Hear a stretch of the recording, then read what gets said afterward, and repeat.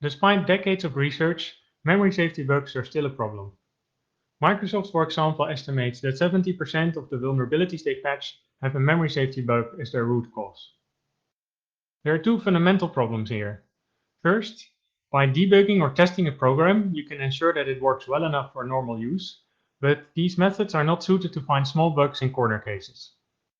The second problem is that modern hardware and C and C++ only provide coarse-grained memory protection. This means that these small bugs quickly escalate to serious security vulnerabilities. We address the first problem with more rigorous engineering methods. We do this for the development of hardware.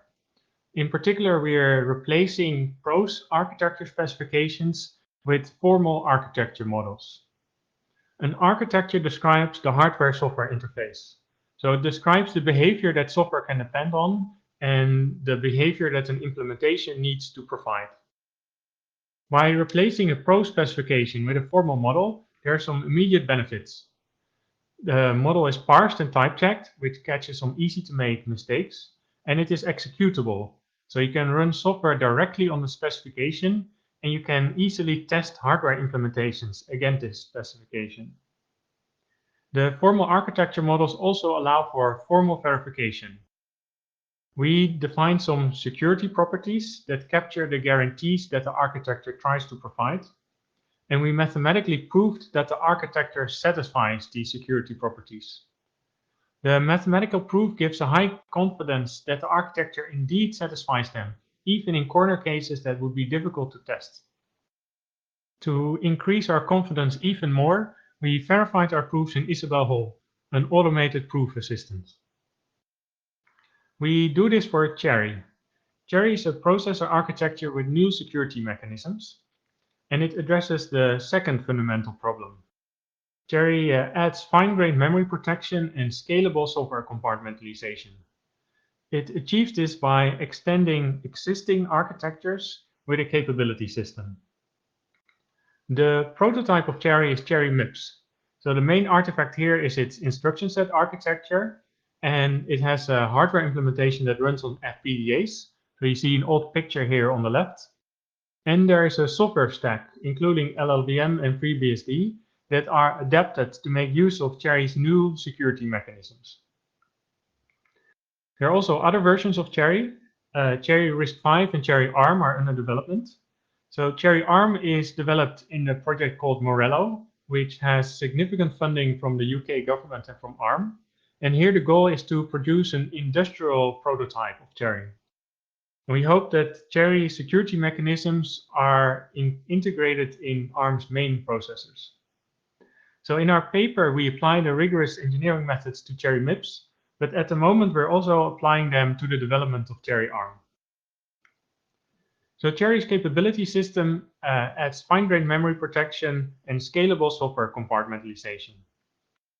Fine-grained memory protection is best explained by comparing it to current C implementations. So on the left side, you see a program and it has an information leak. And that's because pointers are typically compiled to just machine addresses. So here you have a pointer P that originally pointed to X, but then it was increased by 1. And because X is next to the secret key in the memory, it now points to the secret key. So the printf statement simply loads the secret key and displays it. With CHERI, on the other hand, pointers can be compiled to capabilities. And a capability has an address, so it still points to a memory location, but it also has bounds information. So the pointer P is compiled to a capability that has a base that is the start of the memory region of X and a length that's accordingly. And whenever you try to use a capability with an address that points outside its bound, the hardware will trap. So here printf will not leak the secret key because the hardware will trap. So far that sounds like a fat pointer approach, but there's the main difference with the capability system is that a capability system enforces the integrity of capabilities. So you cannot just change the bounds of a capability. And to see whether a capability is still valid or not, CHERI has adds tags. So tags to the memory and tags to registers. And if you try to overwrite the byte representation of a capability, this tag is automatically cleared. You can manipulate capabilities with new instructions that CHERI adds. Those instructions, for example, change the address or decrease the bounds or remove permissions. But it's crucial to the design that there are no instructions that increase the bounds or add new permissions. You can use this capability mechanism to compartmentalize software. So you give compartment A capability to a certain region of memory, and you don't give it any other capabilities. And that means that whenever it tries to access other memory, the hardware will trap. So this compartment A can only access its own memory. And you can do the same with another compartment, and if you set them up with isolated regions of memory, they can't touch each other's memory. These compartments can delegate some of their memory. So by copying their own capability, restricting the copy and sending that to the other compartment, you can end up in a situation where they have some private memory and they share control over a shared region. Then, to allow mutually interesting compartments to cooperate, CHERI has two new mechanisms. One is that you can seal a capability. So a sealed capability is no longer useful to access memory. You can no longer use it for that, but you can invoke it. And if you invoke a sealed capability, that unseals it, but it also atomically jumps to the address it points to. So that means if you set up compartment A and B correctly, you can give them each other sealed capability, and if they invoke it, you jump to an entry point of the other compartment. So this brings us to our first contribution, the formal architecture models. To contrast that with traditional engineering, those are centered around prose architecture descriptions. So if you want to know whether your hardware implementation satisfies this specification, then you need to write a handwritten test suite. And your software stack cannot run on prose, so you need to run it directly on the hardware implementation. So what we did is we replaced the prose specification with a formal model. And it's important to note that there's no formal background necessary for this. The engineers that would otherwise write the prose specification now develop the formal architecture model. The formal architecture model is executable. So now you can test the hardware implementation by just comparing traces with the architecture model. And you can run software directly on top of the architecture. This has really helped with experimenting with new design ideas, because every change in the architecture has effects on the implementation and the software stack. They might not be viable to implement, it might hurt performance, or it might not be useful. And because the architecture model is executable, you can quickly find out. This is an example of the formal architecture specification. This is the cload instruction that uses a capability to load data from memory. It's not necessarily to understand this in detail. I'm just briefly describing it. Describes some conditions when the hardware will trap. It also specifies the order, which exception has priority. And it more or less is similar to the pseudocode. It just has some more type annotations. Then our second contribution are the formal security properties. So CHERI's design, the capability system has some key properties. For example, monotonicity. That means that you cannot increase bounds and you cannot increase its permissions. The documentation specifies that, but it doesn't precisely define what it means to make a capability bigger. For example, it doesn't say whether sealing and unsealing is regarded as narrowing or increasing the rights. It also says this monotonicity does not always need to hold, and it continues that if it does not hold, then controls transfer to codes trusted to utilize and gaining rights appropriately. But it doesn't say whether we trust the code because it's trustworthy or because we have to trust it. So we have no other choice. So what we did is we cleared these confusions, these ambiguities by defining formal security properties. And our focus is on reasoning about arbitrary code. So to see whether our security properties are strong enough to be actually useful, we defined a simple compartmentalization scenario, and we would like to prove it correct. So we took some intermediate steps. And to know what a compartment can do, you have to know which capabilities it can access or construct, because those allow it to access memory. And to be able to characterize those capabilities, we defined an abstraction of CHERI MIPS. So this abstraction only keeps the memory accesses and capability manipulations and abstracts away from all the rest of the architecture. And then our final contribution is that we related all those with mathematical proof. So we proved that the architecture is correctly abstracted by abstraction, and we proved the characterization in the abstraction, and finally we proved the compartmentalization scenario correct. So as I said, the abstraction only keeps memory accesses and capability manipulations, and it also keeps hardware exceptions.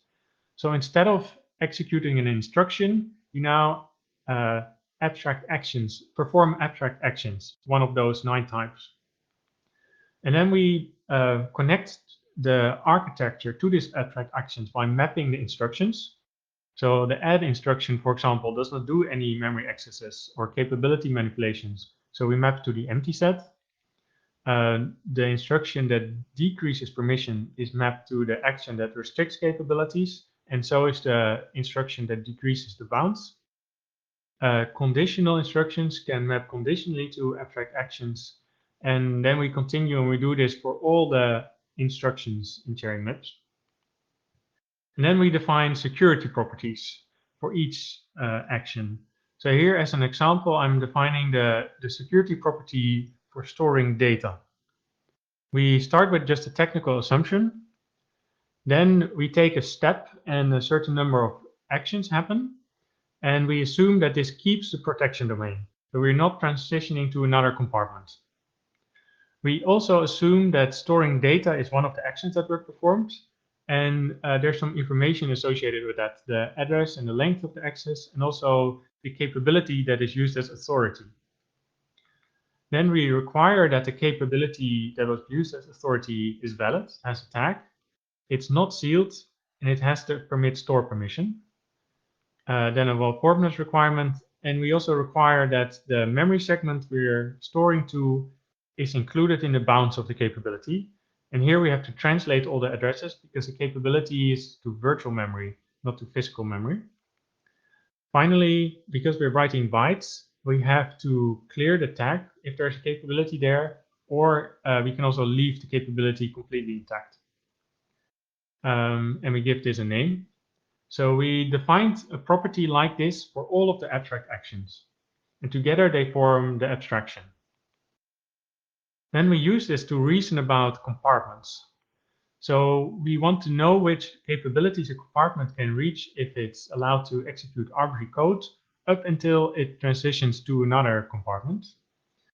So the base case is that capabilities in registers are accessible, and then if a capability is reachable, you can use it to load another capability or to seal or unseal another capability. And as I said, we only do this up to a domain transition. So we deliberately do not include invocations and exceptions here. Then one of our main results is a theorem about reachable capabilities. We again assume that state is valid, and we assume that none of our reachable capabilities has system register access. And this is a very important assumption that is missing from all the prose definitions. Then we take a future state and we assume that it does not cross the domain. And then our conclusion is that this set is monotonic. So if a capability is reachable in a future state, it was already reachable in your starting state.